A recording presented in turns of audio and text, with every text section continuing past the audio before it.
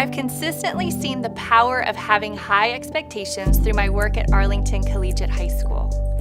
Many of our students come to us thinking that they are unable to handle the challenge of taking college courses during high school, much less the difficult challenge of earning an associate's degree before they graduate. However, because we believe in them, we have high expectations for them, and we support them through their challenging times, they've become incredibly successful. In fact, last year in our first graduating class of 102 students, 87 of them earned an associate's degree.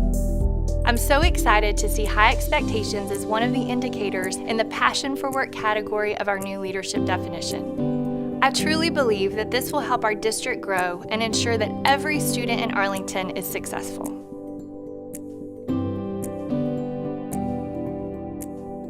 So a pivotal period in my leadership story occurred when I was given the opportunity to be the leader of the newly formed Parent and Community Engagement Department. And understanding that a key component and a key competency of leadership is strategic thinking and making decisions. And I was given the autonomy to discern what next steps needed to take place in order to develop the department. And so I had to be a strategic thinker in looking at what was the current vision and mission of the school district. How could this department be in alignment with that? And realized very quickly that this was not a decision that I could make on my own. I knew that this decision had to be a collaborative effort since we're going to be affecting the community and the learning community as a whole. And so what we did was that we reinstituted a committee that existed previously. We refined it. And what this committee was is a committee of external and internal stakeholders that could come to the table with us and help us define what our strands for parent engagement were going to be. In that instance, I had to lean on external experts in order to help us define the way that we were going to move forward. And I believe that it's through that collaborative effort that those strands have stood the test of time. Here we are 5 years later, and those strands are still parenting, health and wellness, home to school connections, and personal professional development. And I believe they've stood the test of time because we did lean on those experts to help us develop that. And so thinking strategically and knowing how to make a decision and what types of decisions need to be made are key in being an effective leader.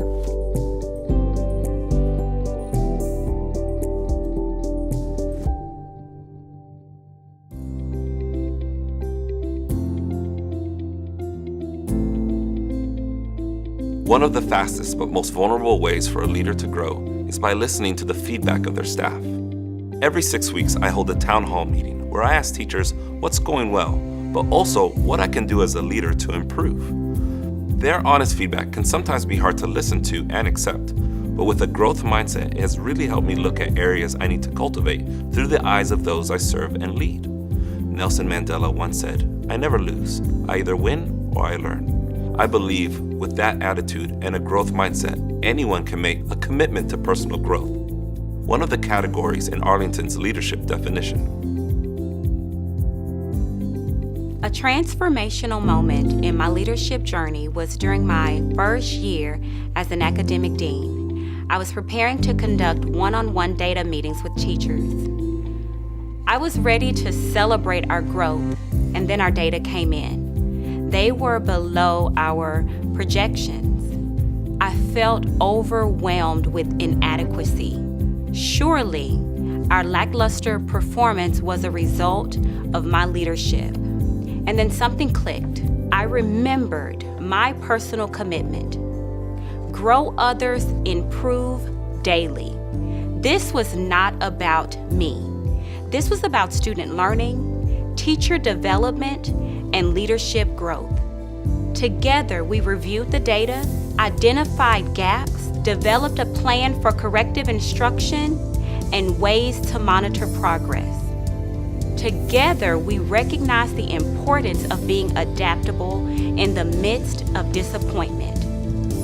I was energized to see adaptability as one of the indicators in the commitment to personal growth category. It is definitely a skill all leaders will need.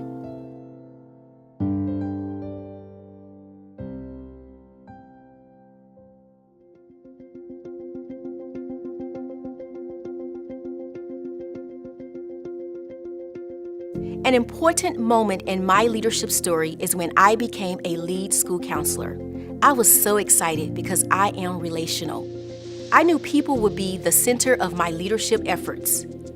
I had great mentors who provided me leadership guidance. They all emphasized the importance of building relationships. Through relationships, I was able to open the door to make personal connections.